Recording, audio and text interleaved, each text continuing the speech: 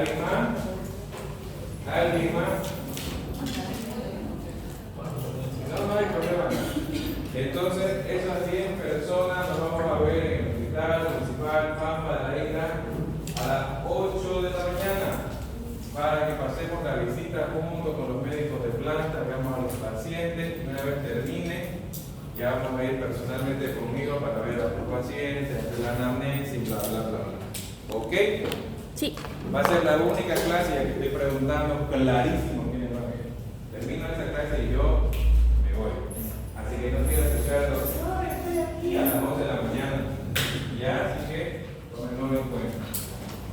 Vamos a ver hoy día patologías de las glándulas salivales que hasta este tema es su examen.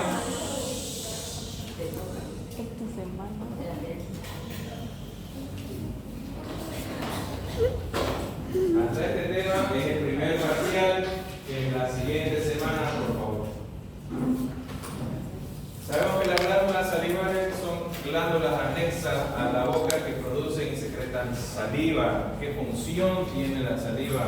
Mantener el pH neutro, cicatrización, función digestiva y gustativa, mantener el equilibrio hídrico, protección y adivinen qué más.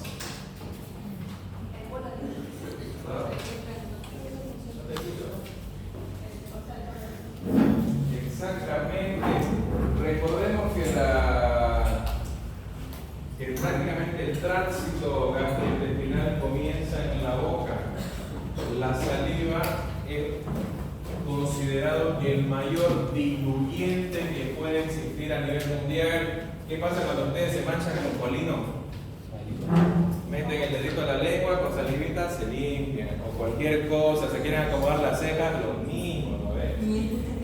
De la misma forma, como todo comienza en la boca y el tubo digestivo también, la saliva es muy importante, sobre todo para la formación del bolo alimenticio, que aparte va a estimular, cuando vemos lo que viene a ser el estómago, la secreción ya de ácido a nivel del estómago, donde ya empieza prácticamente la digestión. Podemos dividirlas y clasificarlas en salivales mayores y menores, que pueden ser las mayores como la glándula parótida, submandibular, sublingual, y las menores que son las labiales, bucales, palatinas y linguales. La parótida es prácticamente una de las glándulas más importantes, como lo podemos ver, está ubicado a nivel cervical posterior al maxilar inferior, y bueno, los demás se abocan o se localizan a nivel netamente de la cavidad bucal. El submandibular, como podemos ver en la imagen, está bien por encima de la incisión submandibular de ambos lados. La sublingual, debajo, su nombre lo dice, ¿no? Debajo de la lengua. ¿Cómo se divide el porcentaje de producción de saliva? El submandibular, miren, produce entre el 60 al 70%. La parótida entre un 25 y 35%, el sublingual un 6%, y la submaxilar debajo, la submaxilar sí, debajo un 5%. Pero ¿qué pasa cuando existe alguna presentación patológica, existe alguna alteración a nivel de esta glándula, que puede ser por muchísimas causas, desde algo simple como la obstrucción de sus canalículos de derivación, o hasta pensar en llegar a tener un cáncer? Por ejemplo, podemos presentar patologías como ser la ránula. ¿Qué son las ránulas? Un término clínico que incluye la extravasación de moco y el quiste, porque se retiene ese moco. ¿Qué quiere decir? Que todos los canalículos por donde se vacía, por donde tiene que transcurrir toda la saliva, indiferentemente de la causa, se obstruyen, se tapan, se congestionan, y toda la secreción se va acumulando hasta tener una imagen quística. Aparece casi de manera exclusiva en el piso de la boca, como podemos ver en la imagen, no se olviden, en el piso de la boca, que se puede presentar de muchísimas formas, variantes, colores y tamaños. Se relaciona principalmente con las glándulas submandibulares y las glándulas sublinguales. ¿Cuál puede ser la etiología? Algún traumatismo. Ustedes saben, son conscientes que a veces cuando, por ejemplo, en procedimientos quirúrgicos hacemos una incisión y comienza a sangrar, ¿qué se hace? Se cauteriza, ¿cierto? Agarramos el electrobisturí, cauterizamos con temperatura y choque de electricidad. Un traumatismo puede surgir de una misma forma al ingerir, por ejemplo, un alimento o una bebida que esté sumamente caliente, lo que va a producir un edema a nivel de los canalículos salivares, que va a hacer que se obstruyan parcialmente por un tiempo, que va a poder desencadenar este problema. O a veces involuntariamente alguna brasa o incluso pacientes quemados pueden cauterizar esa zona y llegar a desencadenar el problema que son considerados traumatismos. Luego, a nivel de las obstrucciones, pueden ser de muchísimas causas, incluso de un origen idiopático, sin un origen aparente, o incluso también de forma infecciosa, como por ejemplo tenemos las patologías blancas que hemos visto en la anterior clase, y en algunas de esas pueden ser extensas y que pueden obstruir esos canalículos y desencadenar la patología, que se puede presentar más o menos de esa forma. Como lo podemos ver, tiende a ser un poco más grosero, más grande, incluso vamos a ver una imagen de mucho mayor tamaño, pero todo depende de la presentación y el diagnóstico temprano. Por ejemplo acá. Entonces ya son más que todo trastornos hereditarios, ¿no? Cuando ya hay alteraciones en las glándulas salivales, cuando hay una sobreproducción y obviamente no tiene la capacidad para evacuarlo, como podemos ver. ¿Qué diagnóstico diferencial tenemos que pensar, ver tumores de las glándulas salivales que pueden ser de origen cancerígeno, neoplasias benignas mesenquimatosas y un quiste dermoide? ¿Cuál va a ser el tratamiento? Primero tenemos que llegar al correcto diagnóstico, no pensar, hacer la anamnesis al paciente, preguntarle si es que en ese periodo que ha aparecido la imagen quística, ha habido algún traumatismo, se ha quemado, qué sé yo, o fue de un momento a otro que fue apareciendo. Después al examen físico tenemos que buscar esas imágenes, ¿no? Levantar la lengua, ver la parte sublingual, también los lados laterales y ver si existen estas características que son ovoideas, de una coloración homogénea. Vemos los canalículos puntiformes, miren, de las salidas salivales, como podemos ver del lado contralateral, están totalmente conservados. ¿Se dan cuenta los puntitos? En cambio acá están congestionados, están inflamados, etc. Una vez lleguemos a ese diagnóstico, podemos, si es que son pequeños, tratar de hacer una derivación manual. Nos ponemos unos buenos guantes y tratamos de masajearlo o apretarlo literalmente para tratar de descomprimir todos esos canalículos salivales. Si en su efecto falla, podemos asociarlo a algunos antiinflamatorios, tratar de reducir ese proceso inflamatorio, y si en su defecto no funciona, hay que hacer una excisión quirúrgica, un drenaje por marsupialización. ¿Alguien sabe o se imagina por qué se llama marsupialización? ¿Qué es un marsupial? Un animal, ¿cierto? Como cual uno que salta, que vive en Australia. El canguro. ¿Qué tiene el canguro de particular? Una bolsa, donde lleva a sus crías, y eso viene de la marsupialización.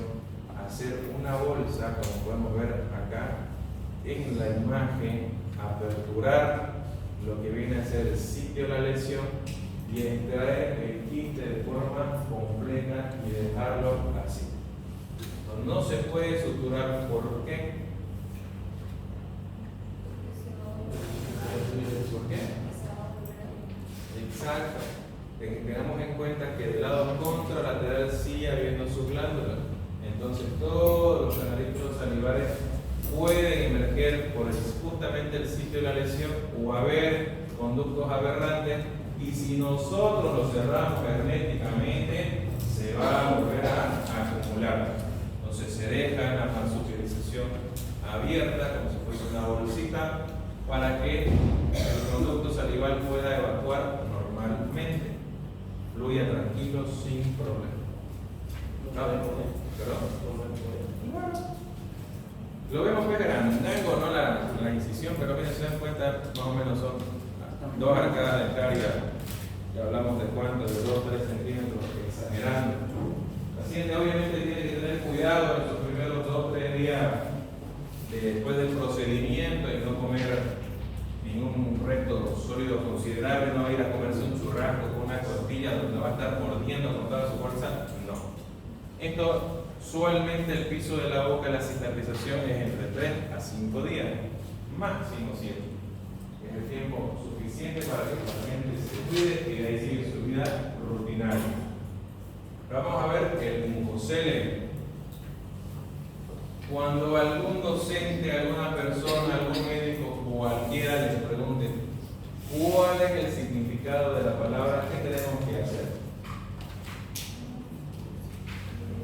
Quizás se dan cuenta cuando hablamos de la primera clase, hablamos de lo que significa gastroenterología, ¿no? Tenemos que subdividir la palabra. ¿Muco de qué viene? Mucosa, función del moco, y cele como un hidrocele. ¿Qué es hidro? Agua. Y cele, ¿de qué viene? No, es como una imagen, una colección quística. El mucocele es la extravasación del moco y la retención de ese mismo moco a nivel de diferentes partes de la cavidad bucal. Tiene una patogenia en aspectos microscópicos distintos y se pueden justificar y clasificar por separado. La causa de este fenómeno de extravasación se relaciona con traumatismos mecánicos de los conductos naturales salivales menores que cortan o desgarran dicho conducto. ¿Nunca les ha pasado que se muerden y se inflama ese sitio? Y se hace una bolita, se hace un quistecito que después revierte por sí solo el panorama. Pues es esto. Son a veces causados por esos traumatismos que se pueden desarrollar a lo largo de la vida cotidiana, que pueden desgarrar y acumular el moco. Tejido de granulación presente que favorece la formación de una pared alrededor de la mucina derramada, como podemos ver en el reino. El tejido de la glándula salival adyacente sufre una alteración inflamatoria inespecífica a causa de la retención de moco y después sigue su curso natural, tiende a la cicatrización alrededor de toda esta mucosa. ¿Cuáles van a ser sus características clínicas? Pueden estar sobre todo en el labio inferior, que es más frecuente la extravasación de moco.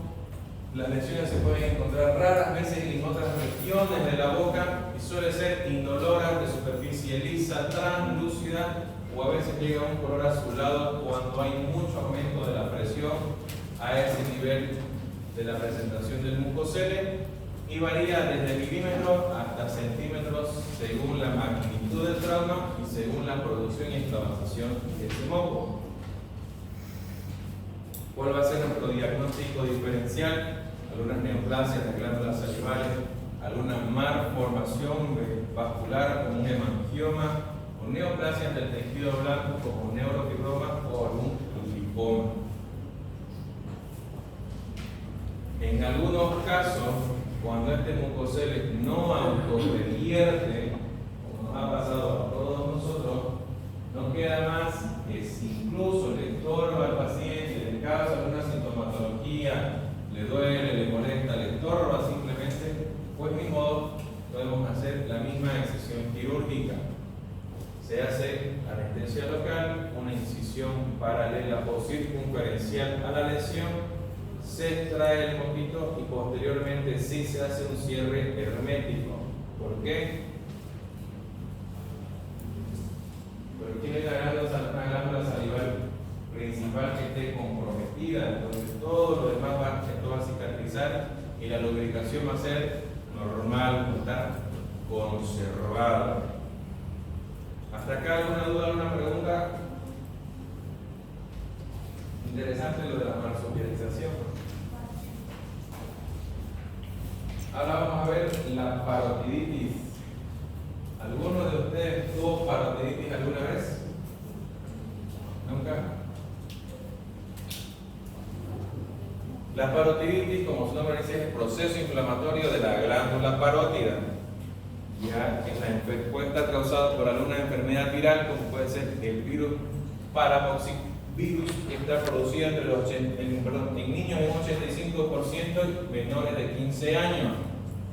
Periodo de incubación más o menos de 14 a 21 días desde la transmisión y 6 días antes o 9 días después de la aparición de lo que vienen a ser las manifestaciones clínicas.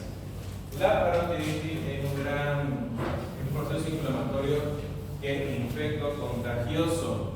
¿Por qué creen que algunas personas no comparten ni el vaso? Si cuando ustedes estén en su fiesta tomando su gaseosa, su cerveza, su trago, lo que ustedes quieran, tener cuidado de no ver a uno que tenga el coto medio inflamado porque presenta parotiditis. Y basta el simple contacto con algún fluido bucal para su transmisión.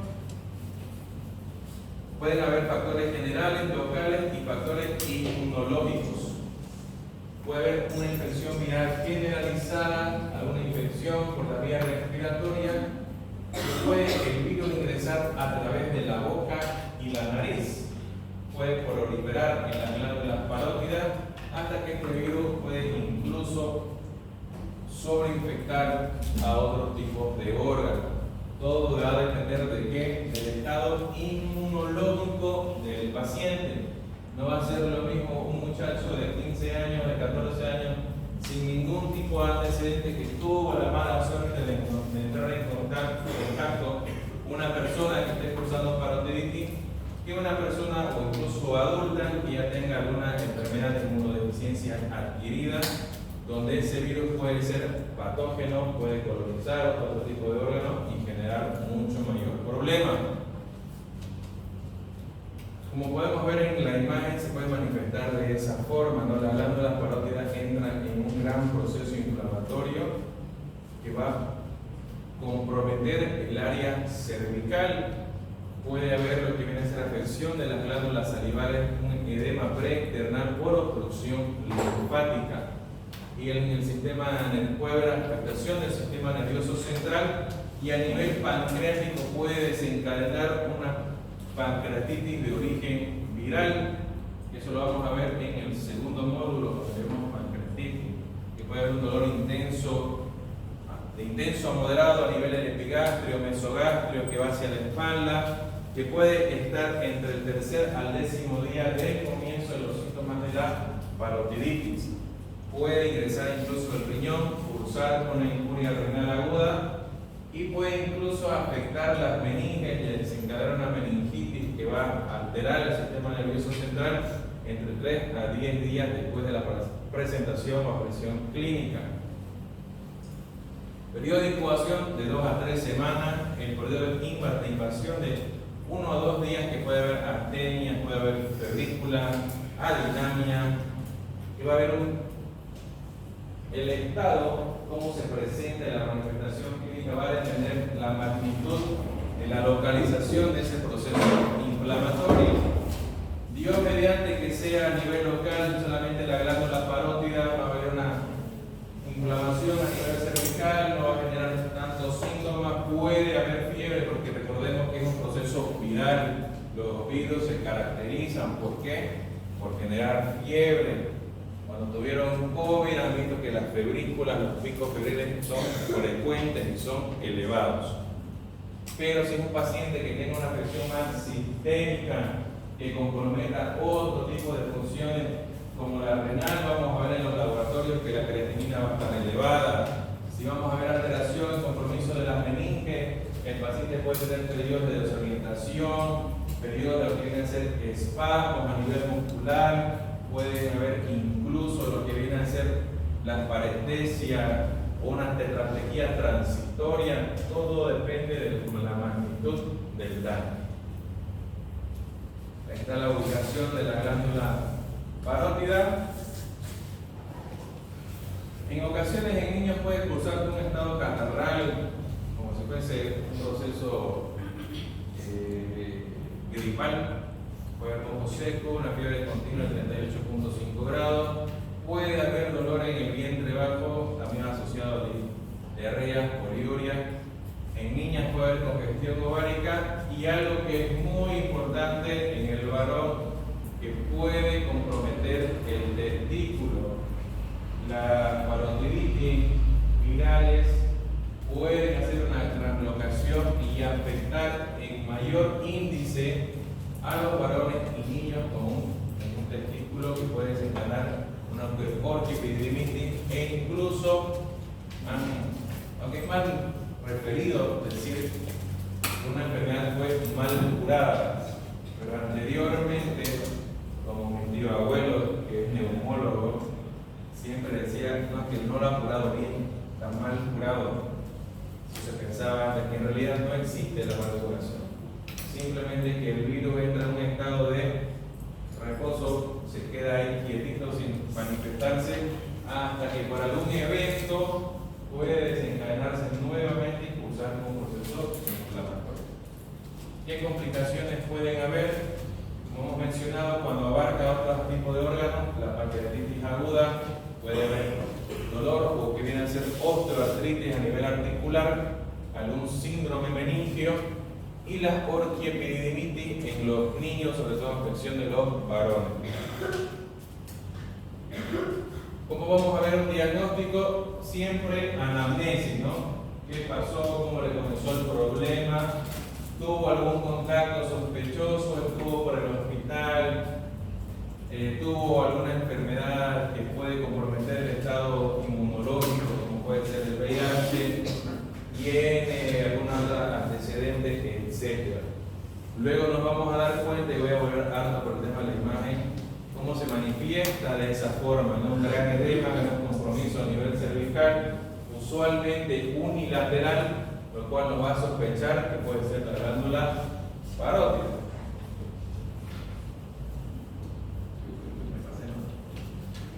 Luego de eso vamos a solicitar laboratorio. ¿Qué es característico en un proceso viral?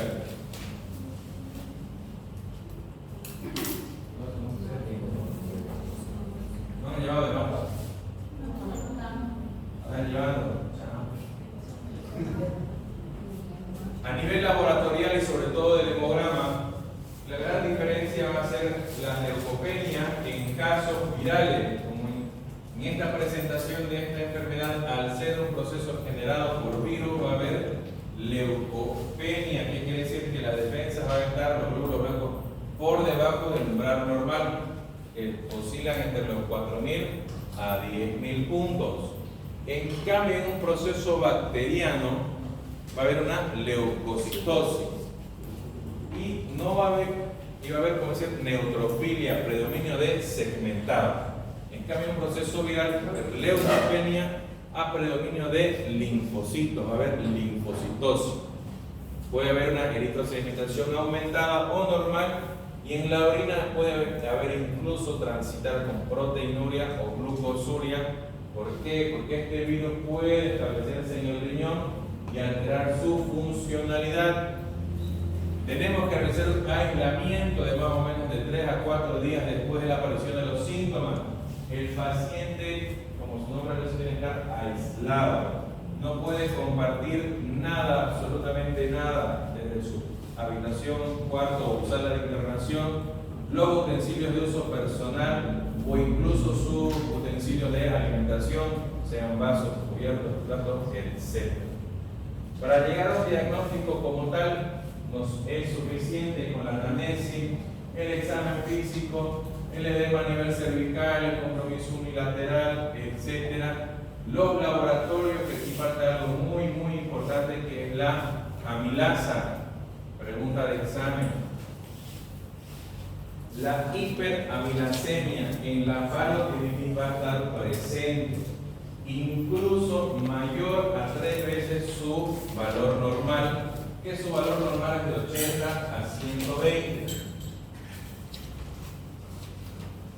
Recordemos que la hiperamilasemia puede estar presente en muchísimas enfermedades, como puede ser la aguda, las apendicitis, el infarto agudo de miocardio, el infarto de mesenterio, colecistitis aguda, colangitis, etc. Pero ¿qué nos va a decir a llegar a pensar que es de origen de la parótida? El examen físico, ¿no?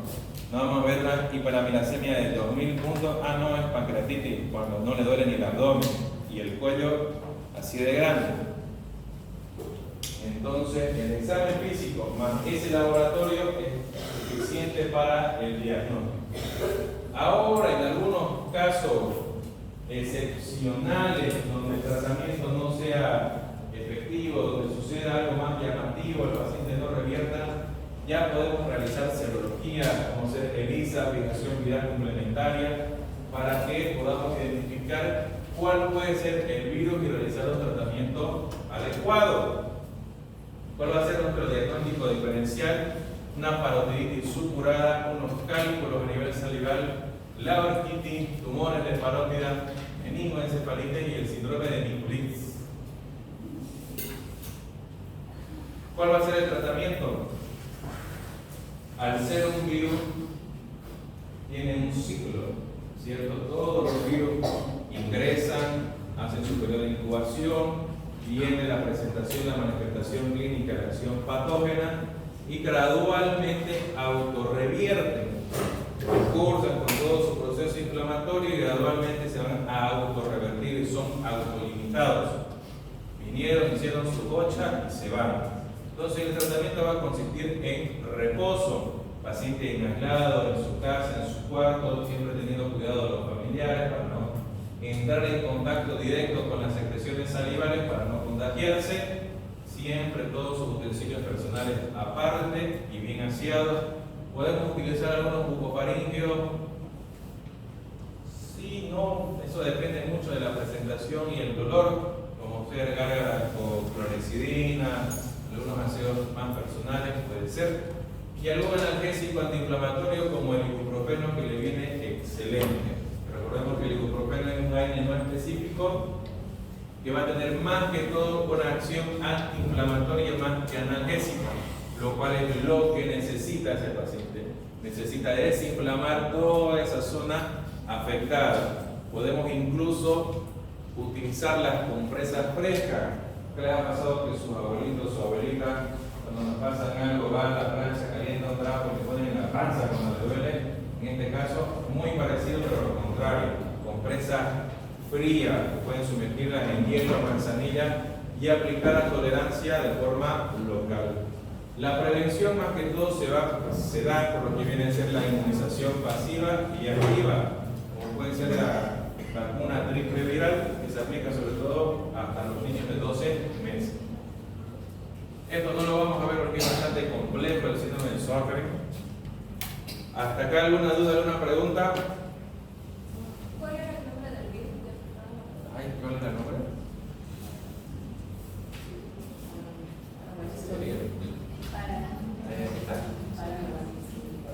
Por nada más les voy a presentar ese examen.